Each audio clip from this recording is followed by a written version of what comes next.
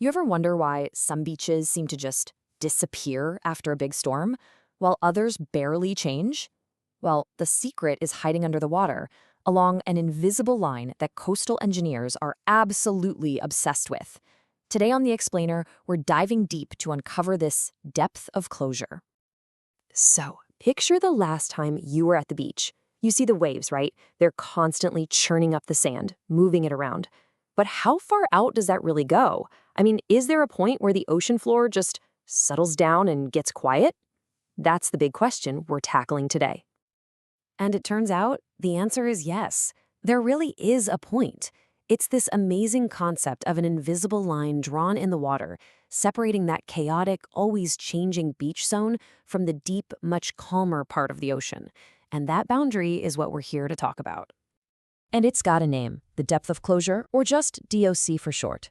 Put simply, it's the depth where the seafloor pretty much stops changing over a certain amount of time. It's the ultimate dividing line between the superactive coast and the quiet deep. Now, this formal definition is where it gets really interesting. The key phrase here is no significant change. We're not saying nothing ever moves out there. We're talking about a point where the changes are so tiny, they basically don't matter for big engineering projects. And that practical distinction is what makes this concept so incredibly powerful. Okay, so this line is obviously a huge deal for anyone trying to build or manage anything on the coast. But if you can't see it, how on earth do engineers actually find it? Well, the big breakthrough came from a researcher named Hallermeyer. He had this brilliant insight that the depth of change totally depends on the forces you're looking at. Are we talking about the gentle, everyday waves of a normal year? Or are we talking about the massive, powerful waves from a huge storm? And this slide just breaks it down perfectly. You've basically got two different boundaries to think about. There's the inner closure, which is your storm level boundary. That's where the big, nasty waves do their work. But then there's the outer closure, which is way deeper. That one defines the limits of your everyday wave action, and it even takes into account what kind of sand is on the seabed. So to make this actually useful, engineers don't have to go out and measure the seabed for decades. Instead, they use some pretty clever math. The pioneering work by Hallermeyer, which was later updated by a guy named Birkmeyer, gave us equations that can take wave data, like wave height and how often they hit, and turn it into a predicted depth. Okay, let's look at this table, because this makes it really clear. Check this out. For the exact same powerful wave, 3.5 meters high, Hallermeyer's original formula says the depth of closure is over 7 meters. But Birkmeyer's newer formula, which was based on more real-world data, predicts a depth that's much shallower, only about 5.4 meters. That's a huge difference, and it just shows you these models are powerful, but they're still estimations of a complex reality. So we're talking about a few meters of difference in a calculation. Who cares, right?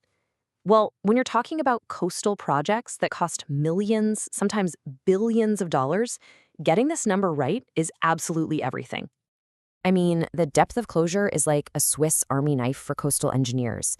It's the key to pretty much everything they do. You need it to figure out how much sand you gotta dump on an eroding beach. You need it to know how deep you have to sink the foundations of a giant breakwater so it doesn't get washed away. It literally defines the boundaries of their entire world. Beach nourishment is the perfect example of this. You can't just pile sand on the dry part of the beach and call it a day. The waves are going to immediately start dragging that sand underwater, reshaping the entire profile, all the way down to that depth of closure. If you don't calculate and pay for that invisible volume of sand, your whole project is going to fail way, way faster than you think. So these formulas are neat, right? They look great on paper. But what happens when you take that clean theory and smash it up against the messy, complicated, always changing reality of a real coastline? For that, let's head over to Pevensey Bay in the UK. Now, this isn't just any old beach. This place is a living laboratory. It's a mix of sand and gravel, and it's constantly being managed and studied, which makes it the perfect place to see how these theories actually holds up in the real world. And what they found there was a total head-scratcher. The actual observed depth where the seabed stopped changing was way shallower than the formula said it should be. It was a classic case of theory versus reality, and reality was throwing a serious curveball. So this just leads to a fantastic question.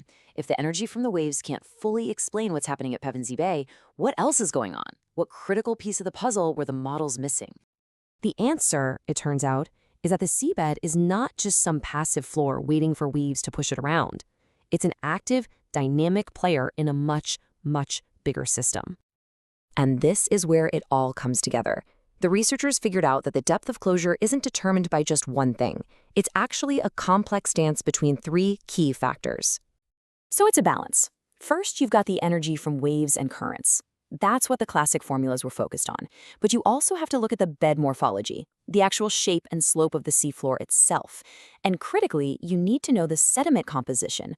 What is the bottom actually made of? If you have a lot of gravel or sticky mud mixed in, it's going to take a whole lot more energy to move anything. So what's the big takeaway from all this? The depth of closure isn't some fixed line in the sand you can just draw on a map and forget about.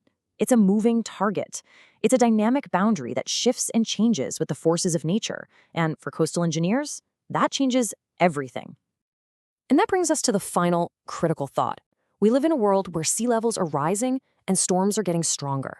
That means more wave energy is hitting our coasts. And that means these hidden boundaries are on the move. Understanding this complex, dynamic system isn't just an academic game. It is absolutely essential if we want to protect our coastlines now and into the future.